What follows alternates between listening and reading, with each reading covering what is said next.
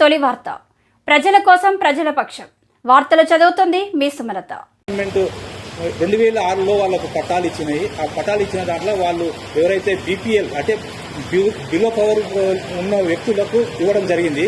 వాళ్ళు ఇల్లు కట్టుకున్నారు. ఆల్రెడీ 75 కుటుంబాలు ఇల్లు కట్టుకుంటే ఈరోజు కాంగ్రెస్ ప్రభుత్వం అధికారంలోకి వచ్చింది. వాళ్ళే ఇచ్చిన పట్టాలకు ఇల్లు కట్టుకుంటే వాళ్ళు అర్ధరాత్రి వచ్చి వాళ్ళు పండుకున్న సమయంలో వాళ్ళ ఇల్లు కూడా కొట్టడం ఎంతవరకు సమస్య. ఒకటి వాళ్ళు నేను చెప్తున్నా ఏంటంటే వాళ్ళు ఒకవేళ ఇల్లీగల్గా పట్టాలు పొందినట్లయితే ఎవరైనా ఇచ్చినట్టుంటే వాళ్ళ మీద కేసులు చేయండి. ప్రభుత్వం మీదే కదా, గవర్నమెంట్ మీదే కదా. చట్ట వ్యతిరేకంగా ఎవరైనా వాళ్ళకు పట్టాలు విక్రయించినట్లయితే డబ్బులు వసూలు చేసినట్టున్నారు కదా, అట్లా మీద మీరు క్రిమినల్ కేసు బుక్ చేయండి. కానీ అది లేకుండా వాళ్ళకు నోటీసులు ఇవ్వకుండా మధ్యరాత్రి వాళ్ళు నిద్రపోయే సమయంలో వచ్చి బీద ప్రజలు వాళ్ళు ముందుకే గుడ్డి వాళ్ళు కుంటి వాళ్ళు అది కూడా వాళ్ళని మీద ఇంత కూడా కనికరం లేకుండా ఇది ప్రజాపాలన అంటూ ప్రభుత్వంలోకి వచ్చి అన్ని ఏవేవో మాటలు చెప్పి ప్రభుత్వానికి వచ్చి ప్రజలకు చేసే ప్రజాపాలన అంటే ఇదేనా? అంటే బడుగు బలహీన వర్గాల ఇల్లు రాజధానికి ధ్వంసం చేయడమే మీ ప్రజాపాలన. ఈరోజు ముఖ్యమంత్రి సొంత నిధులు అయినటువంటి మహబూబ్ నగర్ని ఈ విధంగా విధ్వంసంగా పాటుపడితే మరి వేరే వ్యక్తులకు ఎట్లా ఉంటుంది? బీదోళ్ళకే మీరు రక్షణ కల్పించకపోతే ఎటువంటి పాలన జరుగుతుంది? ఒక వ్యక్తి మాట్లాడుతూ ఉన్నాడు, వాళ్ళ తమ్ముడు శ్రీనివాస్ గౌడ్ మినిస్టర్ గారు తమ్ముడు కూడా అమ్ముకున్నాడని. డైరెక్ట్ మీరు మాట్లాడేది కాదు, ఎమ్మెల్యే గారు గౌరవ ఎమ్మెల్యే శాసనసభ్యులు మామనారు ఎన్ఎం శ్రీనివాసరెడ్డి గారిని స్వయంగా స్పందించి ఫలానా వ్యక్తులు చేస్తున్నారు, మీరే అమ్ముకున్నారు అని ఎవరైతే చెప్తున్నారో వాళ్ళతో కాకుండా మీరు డైరెక్ట్ మాట్లాడండి. ఏదైనా ఉంటే మీరే గవర్నమెంట్ ఉంది, అధికారులు ఉన్నారు, మీరు ఆ బీద ప్రజల ఇల్లు గులగొట్టిండ్రు, ఎట్లయితే గులగొట్టిండ్రో మీరు వాళ్ళకి నోటీస్ ఇచ్చింది. ఒక టైం పాయింట్ పెట్టేది ఉండే. మీరు తప్పు ఉంది, మీరు లీగల్గా అయితే మీకు ఇష్టం లేకపోతే మీకు ఇచ్చేసి మీకు ప్రత్యేకంగా వేరే చూపిస్తామని చెప్పాలి తప్ప ఇటువంటి దుర్మార్గమైన చర్యలు ఏమాత్రం సహించరానిది. ఈరోజు ఒక వ్యక్తి ఇష్టానుసారంగా మాట్లాడుతుంది. ఎప్పుడే కానీ అధికారం అనేది ఎవరు సొంతం కాదు. అధికారం వస్తుంటుంది పోతుంటుంది. అధికారం ముఖ్యం కాదు. మనం ఉన్నప్పుడు పేద ప్రజలకు ఏం చేస్తున్నాము, ఎంత మేలు చేస్తున్నాము అనే ఒక లక్ష్యంతోనే పనిచేయాలి తప్ప ఒక వ్యక్తిని టార్గెట్ చేసి తప్పైతే చట్టాలు ఉన్నాయి, కోర్టులు ఉన్నాయి, అన్నీ ఉన్నాయి. మీ చేతిలో అధికారం ఉంది, మీరు అన్ని ఉపయోగించుకొని చేయండి. కానీ అటువంటి చేయకుండా ఈరోజు 9 నెలలు అవుతుంది. మీరు ఇచ్చిన వాగ్దానాలు ఏదైతే వాగ్దానాలు చేసిందో అబద్ధపు ప్రచారాలు చేసి ఈరోజు అధికారంకి వచ్చిండ్రు. ఎందుకంటే మా గవర్నమెంట్ ఇచ్చిన కన్నా మీరు ఎక్కువిస్తామంటే మీకు అప్పచెప్పారు కాబట్టి మీరు ప్రజలకు చేయాలి. అవి చేయకుండా ఏ ఒక్క హామీని కూడా నిలబెట్టుకున్నో ఒక ఫ్రీ బస్సు ఏముంటుంది? డీజిల్ పోతారు ప్రజలు తిరుగుతారా అంతే. ఇంకేముంటుంది? మహిళలకు 2500 రూపాయలు ఇస్తామని ఎంతవరకు మహిళలకు ఇంప్లిమెంట్ చేయలే. రైతు భరోసా లేదు, రైతు బీమా లేదు, ఏ ఒక్కటి కూడా లేదు. రైతులకు 2 లక్షలు ఎట్ ఏ టైం చేస్తామన్నారు. ఒక రోజు ₹1,00,000, ఓ రోజు 1,50,000, ఓ రోజు 2 లక్షలు. ఈ విధంగా చేసి సంపూర్ణంగా కూడా కాలే. 40% మంది రైతులకు మాత్రమే ఈరోజు అకౌంట్లో పడ్డాయి. అవన్నీ అడగనికి పోతే వాళ్ళకు వ్యతిరేకంగా మాట్లాడుతున్నారు. రైతులు ఈ విధంగా మాట్లాడుతున్నారు.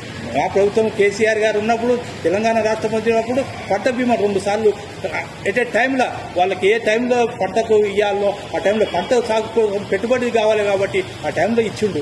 ఈరోజు మీరు వచ్చిండ్రు, మీరు ఎక్కువ చేస్తామని మీకు అవకాశం ఉంది. కానీ అచ్చేయాలి తప్ప ఈరోజు అవి చేయకుండా వ్యక్తులను టార్గెట్ చేయడము, ఒక వ్యక్తితో మీరు మాట్లాడండి.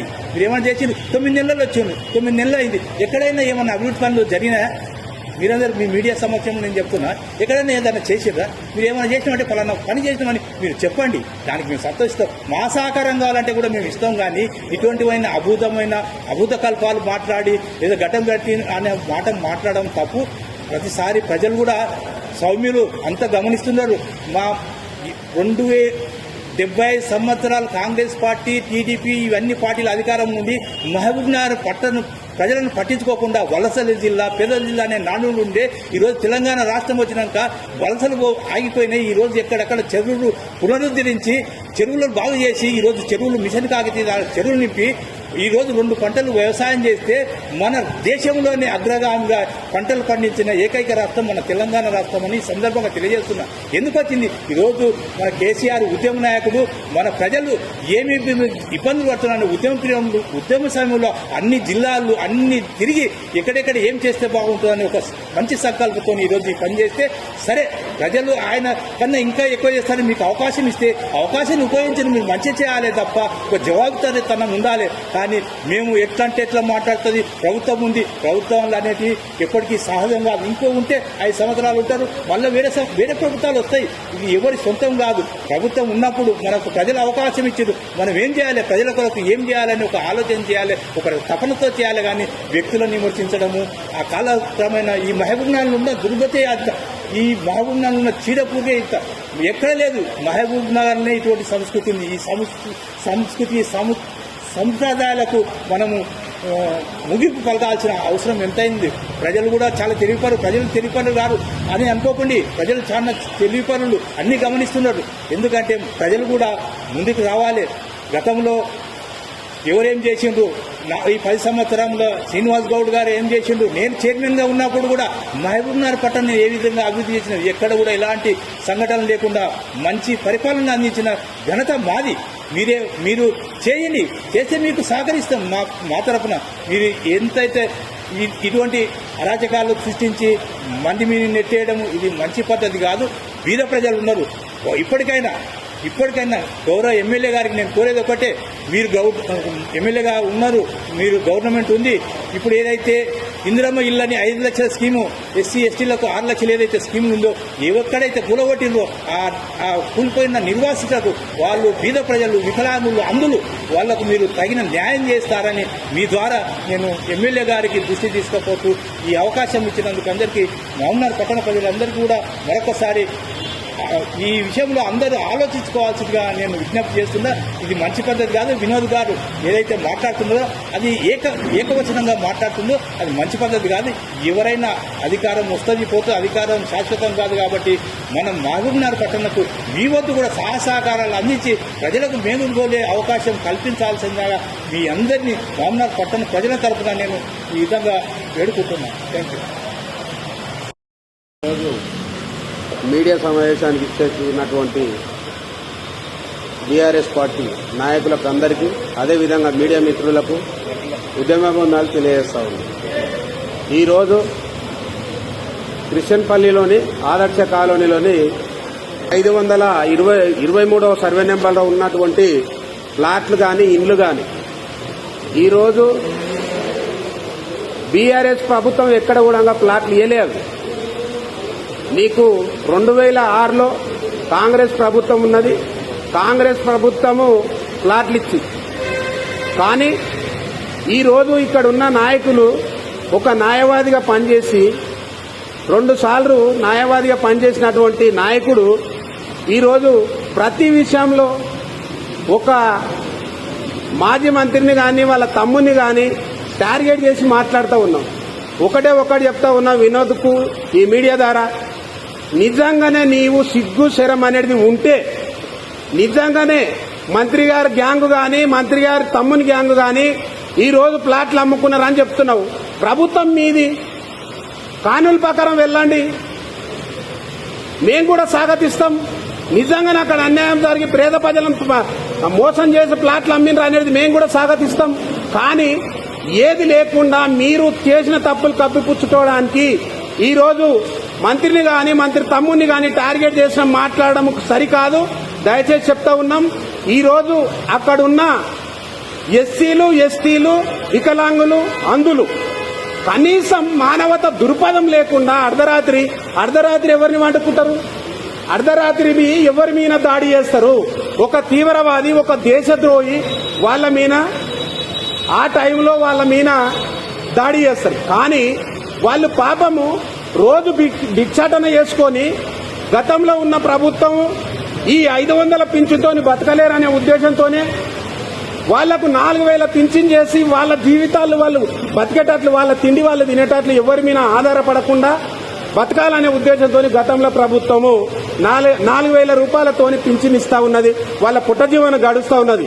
అదేవిధంగా అక్కడున్న ఇండ్ల స్థలాలు ఏవైతే ఉన్నాయో గతంలో మీరు ఇచ్చిన ప్రభుత్వం కదా, వాళ్ళు ఆ రోజు వచ్చే నెలదారి ఆదాయం వాళ్ళ పింఛన్ ఏదైతే ఉన్నదో ఇంత చిట్టే బొట్టే వేసుకొని వాళ్ళు ఇంత చిన్నగా గూడు కట్టుకుంటే ఇక్కడ ఏదో కొంపలు మునిగినాయి, ఇక్కడ ఏదో 1000 కోట్ల రూపాయలు నష్టం జరిగినాయి, ఇక్కడ ఏదో దేశాన్నే దోచుకున్నారు అనే ఉద్దేశంతో ఈ రోజు వాళ్ళ మీద దాడి చేసి వాళ్ళ ఇండ్లు కూలగొడతా ఉన్నారు. 2 రోజులుగా వర్షం కురుస్తూ ఉన్నది. పాపం కళ్ళు లేని వాళ్ళు, కాళ్ళు లేని వాళ్ళు, వాళ్ళ పరిస్థితి ఏంది ఒక్కసారి ఆలోచన చేయండి. మానవ దృక్పథంతో ఆలోచన చేయండి. ఈ రోజు ఒకటే చెప్తా ఉన్నాం, ప్రభుత్వాలు వస్తాయి పోతాయి, కానీ ఏ ఒక్కరం కూడా శాశ్వతం కాదు. ఈ రోజు మీరు వచ్చిండ్రు, రేపు మేము వస్తాం. కానీ నేను ఒకటే చెప్తా ఉన్నాం, ప్రభుత్వాలు ఏ వచ్చినా ప్రజలకు మంచి చేసే విధంగానే మనం పనిచేయాలి. గతంలో ఇప్పటి వరకు కూడా ఎక్కడ కూడా ఏ నష్టం జరగకుండా పని చేసినాం. సరే, కొంత పొరపాటు జరిగింది, ప్రజలు మమ్మల్ని కాదనుకొని మిమ్మల్ని గెలిపించినప్పుడు మీ ప్రజల వైపు ఉండి ప్రజలకు న్యాయం చేసే విధంగా, ప్రజలకు అభివృద్ధి చేసే విధంగా మీరు చేయాలి. కానీ ప్రజలకు నష్టం చేసే విధంగా ఈరోజు ఎంత దుర్మార్గం అంటే నిజంగా చెప్తా ఉన్నాం. వాళ్ళు 1 కోట్ల రూపాయలు కాదు, వాళ్ళు ఎకరాల భూములు మళ్ళేసుకున్నది కాదు, 75 గజాలు 65 గజాల్లో కొంపలు కట్టుకున్నారండి. ఎంత అన్యాయం చెప్పండి. మీరు మీ ప్రజా పరిపాలన ప్రజల మీద ఉండాలి, కానీ ప్రజల్ని అన్యాయం చేసే విధంగా అయితే పాలన ఉండొద్దు. ఒకటే చెప్తా ఉన్నాం, ఇక్కడున్న ఎమ్మెల్యే గారికి ఒకటే ఆలోచన చేయాలి. ఎందుకంటే ఎమ్మెల్యే పదవిలో ఉన్నారు, గౌరవిస్తున్నాం మేము. కానీ మీ ఎంబడున్న చీడపురులు కొన్ని ఈ ప్రభుత్వాన్ని గాని మిమ్మల్ని గాని చెడియేసే విధంగా మాట్లాడుతూ ఉన్నారు. అది మీరు ఆలోచన చేయాలి. ఎందుకంటే మీరు ఒక ప్రజలతోని ఎన్నుకున్న ప్రజానాయకుడు కాబట్టి నువ్వు ప్రజలకు వచ్చి నీవు మాట్లాడితే దానికి ఒక అర్థం ఉంటుంది. నిజంగానే అన్యాయం జరిగినట్లుంటే రాజ్యం మీ చేతులు ఉన్నది, ప్రభుత్వం మీద ఉన్నది. నిజంగానే అన్యాయం చేసిన వాళ్ళని కానూన్ ప్రకారం వెళ్ళండి. చట్టాలు ఏం నిర్ణయం తీసుకుంటే ఆ నిర్ణయం ప్రకారం నడుస్తుంది. చట్టాలు మీ చేతుల్లోనే ఉన్నాయి కదా, ప్రభుత్వం మీదే కదా. నిజంగానే మేము అన్యాయం చేసినట్లుంటే మా నాయకుడు గాని, మా నాయకుని తమ్ముడు గాని అన్యాయం చేసినట్లుండి నిజంగానే వాళ్ళ గ్యాంగ్ ఈ రోజు ఏమంటా ఉన్నారని, మంత్రి గారి తమ్ముని గ్యాంగు, మంత్రి గారి గ్యాంగు అంటున్నారు. ఈ రోజు వాళ్ళే కదా మళ్ళా మీ పక్కలకు వచ్చిర్రు, మా ఎంబడి ఉన్నోళ్లే కదా మీ ఎంబడి వచ్చిర్రు. మరి వాళ్ళు ఎట్లా మాతోనున్నప్పుడేమో అన్యాయస్తులు అవుతారు, దొంగలు అవుతారు, మీతోనికి రాందరు దొంగలు అవుతారా? ఆలోచన చేయాలి. ఒకటే చెప్తా ఉన్నాం, దయచేసి ప్రజాపాలనలో వచ్చినాం. ఈ రోజు మానవ జన్మకు వచ్చినాం. మన ప్రజలకు ఉండాలలో వచ్చినాం. ఈ రోజు మానవ జన్మకు వచ్చినాం. మన ప్రజలకు ఉంటాం పోతాం. కానీ పోయేటప్పుడు ఫలానా వ్యక్తి ఎట్లుంటాడు అనేది మాట్లాడే విధంగా మనం పనిచేయాలి. కానీ ఈ రోజు ఒక వ్యక్తులను టార్గెట్ చేసి 9 నెలల దినం అవుతున్నదండి మీ ప్రభుత్వం వచ్చి, ఎక్కడ కూడా అభివృద్ధి పనులు లేకుండా కేవలం మంత్రి గారి తమ్ముడు లేకపోతే మంత్రి గారి గ్యాంగు. అరే, ప్రభుత్వం మీ చేతులున్నది. మేము ఒకవేళ అన్యాయం చేసినట్లుంటే మీరు చట్టపరమైన వెళ్ళండి, మా మీద కేసులు పెట్టండి. కేసులు పెడితే మేము రానిక సమాధానం చెప్పనికే మేము ఉన్నాం కదా. మీరు అనవసరమైన మాటలు మాట్లాడి ప్రజల్ని ఏదో మభ్యపెట్టి ప్రజలలో మీరు ఏదో మెప్పు పొందాలి. ఒకటే చెప్తా ఉన్నాం, భగవంతుడు అనేటోడు ఉన్నాడు, వాడు కరెక్ట్ అయిన నిర్ణయం ఇస్తాడు మీకు. ఈ రోజు మీ అరాచకాలకి ఇవన్నిటి కూడా నాంది పలికే విషయం దగ్గర ఉన్నది. మీరు ఆలోచన చేసి మాట్లాడాలి. ఎవరిని కూడా ప్రజాక్షేత్రంలో ఉన్నప్పుడు ప్రతి ఒక్కరం కూడా ప్రజల వైపు నిలబడి, ఈ రోజు అందులో వికలాంగులు, ఎస్సీ ఎస్టీలు, దళితులు అక్కడ ఉన్నోళ్ళు. కానీ ఈ రోజు వినోద్ గారు ఒక దళితుడు, నీవు దళితుడు అయినప్పుడు నీవు దళిత వైపు ఉండాలి. ఎందుకంటే అక్కడ ఉన్న వాళ్ళు మొత్తం దళితులు, వికలాంగులు, ఎస్సీ ఎస్టీలు. నీవు ఎస్సీల వైపు ఉండి, దళితుల వైపు ఉండి, వికలాంగుల వైపు ఉండి నీవు న్యాయ శాఖలో నీవు కొట్లాడాలి. కానీ ఈ రోజు నాకేదో పదవి వస్తుంది, ఇక నేను ఏదన్నా మాట్లాడితే నేను ఎమ్మెల్యే గారితో ప్రభుత్వంతో మెప్పు పొందాలి, నాకు ఏదో పదవి ఇస్తారని అనుకుంటున్నారు. మీరు ఆలోచన చేస్తున్నారు. ఒకటే చెప్తా ఉన్నాం, వినోద్ గారు మీకు ఎక్కడ కూడా ఏ పదవి రాదు. దయచేసి మీరు ప్రజల వైపు నిలబడండి, ప్రజలకు న్యాయం జరిగే విధంగా మీరు మాట్లాడండి. ప్రజలు నీకు తీర్పిస్తారు. కానీ అనవసరంగా ప్రభుత్వం మాది ఉన్నది కదా, మేమేం చేసినా నడుస్తుంది అనేది మీరు మానుకొని ప్రజల వైపు ఉండి, ఈ రోజు ప్రజలకు అన్యాయం జరిగింది, మా నాయకుడు ఏదో వాళ్లకు ఇంత పొట్టకన్నం పెట్టడానికి పోతే అక్కడిక్కడ పెట్టడానికి పోతే మీరు ఆయనను టార్గెట్ చేసి మాట్లాడి ఏదో మీరు ప్రజలు వ్యంగ్యంగా మాట్లాడడం అది పద్ధతి కాదు.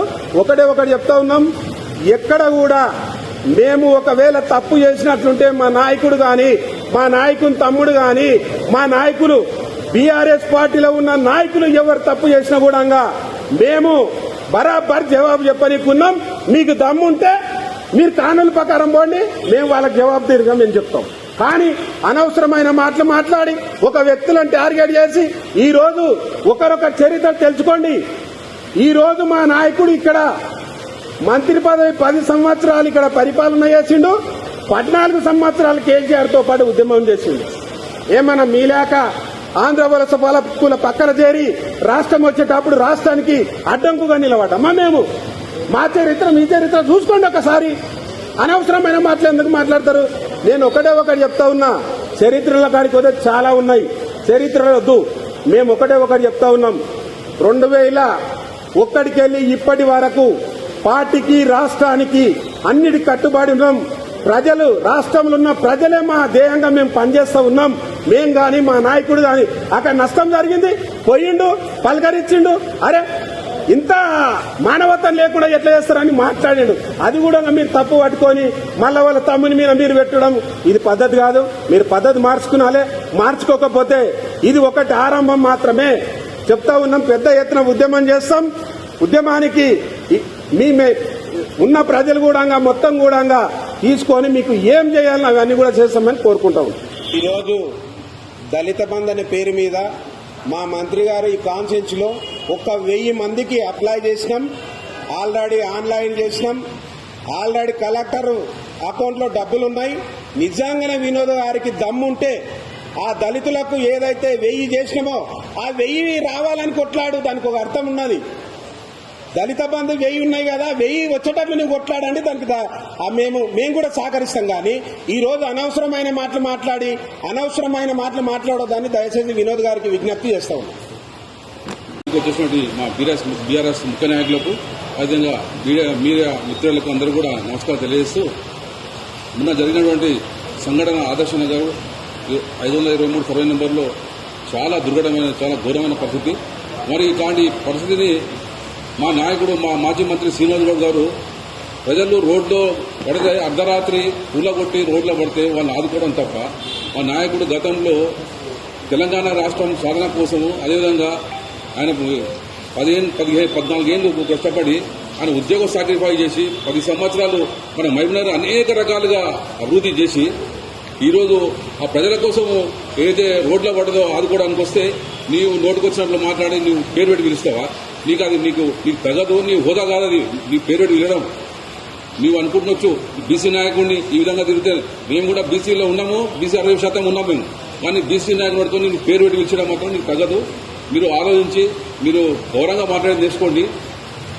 అక్కడ ప్రజలు రోడ్ల పడి వికలాంగులు ఉన్నారు, అగ్రవర్ణాలు, బుడగజంగాలు, ఎస్సీలు అందరూ ఉన్నారు. వాళ్ళని ఆదుకోవడం, వాళ్ళకు ఏదైతే పట్టాలు ఉంటావో వాస్తవంగా లేకుంటే మీరు ఫేక్ డాక్యుమెంట్ ఉంటే వాళ్ళని ఒకసారి పరిశీలించి మీ ఎమ్మెల్యే గారు పోండి, పోయి అక్కడ 3 రోజులు రోడ్డు మీద ఉన్నారు, పోయి ఒకసారి వాళ్ళని ఇవ్వండి. వాళ్ళ ఒరిజినల్ పట్టాలా కాదా, డూప్లికేట్ పట్టు ఉంటే వాళ్ళని డూప్లికేట్ పట్టాలు ఎవరు ఇచ్చిండ్రు వాళ్ళు గమనించి ఎవరైతే ఉన్నారో వాళ్ళని శిక్షించండి. నిరుపేదలు వాళ్ళు ఉన్నారా, వాళ్ళకు ఇట్లున్నాయా, లేవో బిల్డింగ్లు ఉన్నాయా, లేదా భూములు ఉన్నాయా, ఏమున్నాయి ఒక్కసారి వాళ్ళు ఆలోచన చేసి వాళ్ళకు సరైన పునరావాసం కల్పించి మళ్ళీ అక్కడనే ఉన్నట్టు వాళ్ళకు మళ్ళీ ప్లాట్లు కానీ, ఇండ్లు కానీ, ఇందిరామ ఇండ్లు కానీ కట్టాలని చెప్పేసి మేము వేడుకుంటున్నాను. అదేవిధంగా మీరు హైడ్రా పేరిట అక్కడ చెరువులు ఉన్నాయా, నాలలు ఉన్నాయా, ఈ హైడ్రా పేరిట కూలగొట్టి పేదలని ఈరోజు రోడ్డు మీద వేసిండ్రు. ఈరోజు అసలైనటువంటి మీరు 6 గ్యారంటీలు అని చెప్పేసి అమలు చేస్తామని చెప్పేసి ప్రజలకు వచ్చి మీరు ప్రభుత్వంలో ఉన్నారు. ఈరోజు ప్రజలు అంటున్నారు, అరే ఇంత పని చేసి మేము మోసపోయినామని చెప్పేసి. అమలు కానీ 6 గ్యారంటీలు ఇచ్చి ఈరోజు ఇంకా ఏడున్నది. ఇప్పుడు మీరు రుణమాఫీ ఉంది, 40% కూడా పూర్తి కాలేదు. ఊళ్ళల్లో రైతు తిరుగుబాటుతో ఊళ్ళల్లో పోతుంటే ఉంది రుణమాఫీ. రైతు బంధువులు లేదు ఇంతవరకు. ఆ రోజు కళ్యాణ లక్ష్మి అంటారు, తులం బంగారం అంటారు, ఏడున్నది ఇంతవరకు లేదు. అదేవిధంగా 2005 మహిళలకు 2005 రూపాయలు అంటారు, 4000 రూపాయలు పింఛన్, ఆసరా పింఛన్లు అంటారు, ఇంతవరకు లేదు. గృహలక్ష్మి కింద ఇందిరమ్మ ఇండ్లు అంటారు, ఇంతవరకు లేదు. ఉన్నది మీరు చేసేయండి. మీ ప్రజా పరిపాలనలో ఏం చేస్తున్నారు మీరు ఒక్కసారి ఆలోచిస్తున్నారా? 9 నెలలు అవుతుంది. ఈ ప్రజాపాలనలో మహబూబ్నగర్లో ఏం అభివృద్ధి చేసింది? ఏమున్నా కూడా మా మహబూబ్నగర్లో ఉన్నటువంటి శ్రీనివాస్ గౌడ్ చేసిన అభివృద్ధి ఉన్నది. ప్రజలందరూ కూడా గమనిస్తున్నారు. మీరు ప్రజా పరిపాలనలో మీరు ఏం చేస్తున్నారనేది మీరు ఆలోచన చేసి మాట్లాడి బీదలను మీరు ఆదుకోండి. వాళ్ళకు అదే ఎక్కడైతే ఉన్నారో ఆ బీదలకు అందరూ కూడా ఇల్లు కల్పించి మళ్ళీ వాళ్ళకు చేయాలని చెప్పేసి, పునరావాసం కల్పించాలని చెప్పి మీరు డిమాండ్ చేస్తూ, మళ్ళీ భవిష్యత్తులో కూడా మా నాయకుని బీసీ నాయకుడు అని చెప్పేసి గౌరవించి మాట్లాడే విధంగా చేయండి. మేము అదే విధంగా మాట్లాడతాం, మేము కూడా మాట్లాడుతున్నామని తెలియజేస్తున్నాం. సమావేశానికి వచ్చిన బీఆర్ఎస్ ముఖ్య నాయకులకు అదేవిధంగా పత్రికా విలేకరులకు నా హృదయపూర్వక నమస్కారాలు. నిన్న ఒక 4 నెలలు అయితే దిగిపోయే మున్సిపల్ చైర్మన్ గారు ఒక మాట అన్నారు.